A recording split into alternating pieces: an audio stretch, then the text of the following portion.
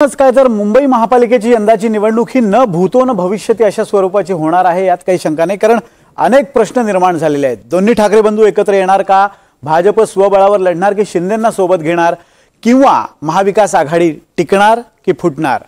त्यातच काँग्रेसने आता एक नवा चेंडू टाकलाय। काँग्रेसने आता स्वबळाचा नारा दिलेला आहे। काँग्रेसने नेमकी काय भूमिका घेतली आणि खरंच काँग्रेसला मुंबई महापालिकेत स्वबळावर लढणं शक्य होणार आहे का, आपण पाहूयात या स्पेशल रिपोर्टमध्ये।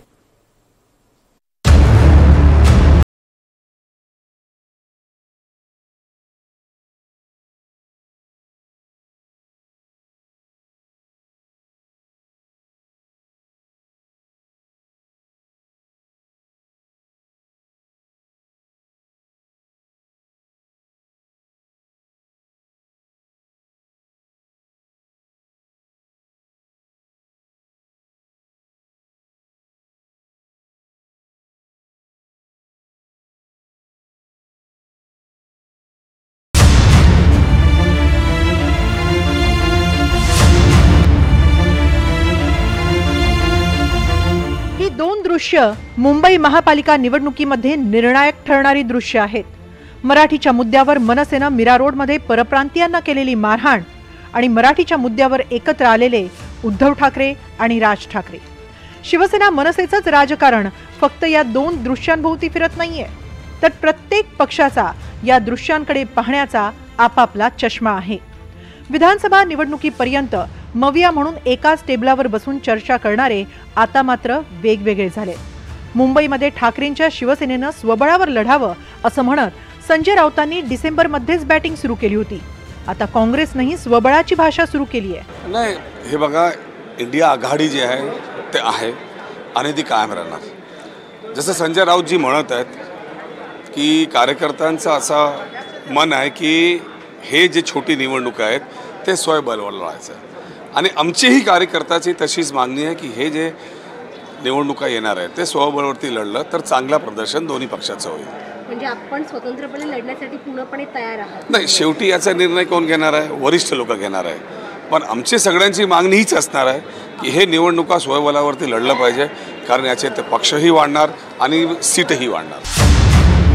काँग्रेस काल परवापर्यंत स्वबळाच्या मुद्द्यावर जरा आस्ते कदम होतं, मात्र मराठीच्या मुद्द्यावर राज आणि उद्धव एकत्र आल्यानंतर ही सगळी गणितं बदलली आहेत। काँग्रेसच्या नुकत्याच झालेल्या संविधान जिंदाबाद सभेतही काँग्रेसचे स्वबळाचे सूर दिसले।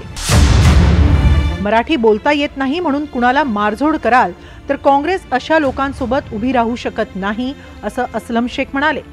मराठी आणि हिंदीत आई आणि मावशीचं नातं आहे असं काँग्रेसचे आमदार अमीन पटेल म्हणाले। मुंबईत उत्तर भारतीय आणि मुस्लिम ही काँग्रेसची मोठी वोट बँक आहे, तसंच बिहारच्या निवडणुका तोंडावर आहेत। अशा परिस्थितीत मराठीच्या मुद्द्यावर परप्रांतीयांना मारहाण करणाऱ्या मनसेसोबत जाणं किंवा मनसेची साथ देणाऱ्या उद्धव ठाकरेंबरोबर लढणं काँग्रेससाठीही धोक्याचं आहे।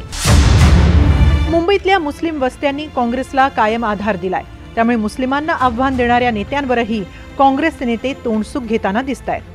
जैसे कि मैं नीतीश राणे को पूछना चाहता हूँ, अगर संसद के अंदर के श्लोक है तो क्या उस श्लोक को मराठी में बोलेंगे? संस्कृत के श्लोक संस्कृत में ही बोले जाएंगे। अजान अरबी में दी जाती है, अजान अरबी में ही दी जाएगी। ये जो रिलीजन और जो आस्था की बात है, नीतीश राणे जो है उनको अपने रिलीजन के बारे में, मजहब के बारे में सोचना चाहिए, और उनको अपने रिलीजन हेड को पूछना चाहिए कि मराठी से मैं बहुत प्यार करता हूँ, अगर तो क्या मैं संस्कृत के श्लोक जो है संस्कृत में न बोलूं तो चलेगा क्या? ये ऐसा बिल्कुल मुमकिन नहीं है। मुंबईत स्वबळावर लढायचं की नाही याचा निर्णय घेण्यासाठी काँग्रेसला काही आकडेवारी आधी लक्षात ठेवावी लागणार आहे। 2009 मध्ये झालेल्या लोकसभा निवडणुकीत मुंबईत काँग्रेसचे 5 खासदार आणि 16 आमदार होते। 2024 मध्ये काँग्रेसचे 3 आमदार आणि 1 खासदार उरलाय। 2007 मध्ये मुंबईत काँग्रेसचे 75 नगरसेवक होते। 2017 मध्ये काँग्रेसचे फक्त 32 नगरसेवक उरले। सध्याही मुंबईत काँग्रेसमध्ये वर्चस्व कुणाचं यावरून सातत्यानं कुरबुरी सुरू आहे। काँग्रेस, पवारांची राष्ट्रवादी आणि ठाकरेंची शिवसेना मुंबई महापालिकेची निवडणूक एकत्र लढवणार का यावर उद्धव ठाकरेंचं उत्तर होतं, आधी इंडिया आघाडीची बैठक होऊ द्या, मग महाविकास आघाडीबद्दल बोलू। क्यों नहीं, लोकसभा चुनाव के बाद इंडिया आघाड़ी की मीटिंग नहीं हुई है। मैं तो चाहता हूं कि जल्द से जल्द वो हो जाए और बिहार के चुनाव आ रहे हैं, बाकी भी अन्य राज्यों में चुनाव आ जाएंगे, हमारे यहाँ भी जो म्यूनसिपैलिटीज़ है, जिला परिषद है, उनके भी चुनाव आ जाएंगे, तो मीटिंग तो होनी चाहिए। विधानसभा निवडणुकीनंतर मवियाच्या प्रमुख नेत्यांची एकही बैठक झालेली नाही, तर तिकडे लोकसभा निवडणुकीनंतर इंडिया आघाडीच्या बैठकीचाही पत्ता नाही। मनसे आणि ठाकरेंच्या शिवसेनेचं काय ठरतंय, भाजप आणि शिंदेंचं काय ठरतंय, काँग्रेस आणि पवारांच्या राष्ट्रवादीचं काय ठरतंय, यावर सगळे निर्णय होणार आहेत। थोडक्यात काय तर स्वतःच्या पक्षाचा निर्णय घेण्याऐवजी दुसरा पक्ष काय निर्णय घेतो यावर सगळे डोळा ठेवून आहेत। या पहले आप मध्ये मुंबई महानगरपालिकेची गाडी कोण पकडणार याची मात्र उत्सुकता आहे। Bureau report, NDTV Marathi, Mumbai.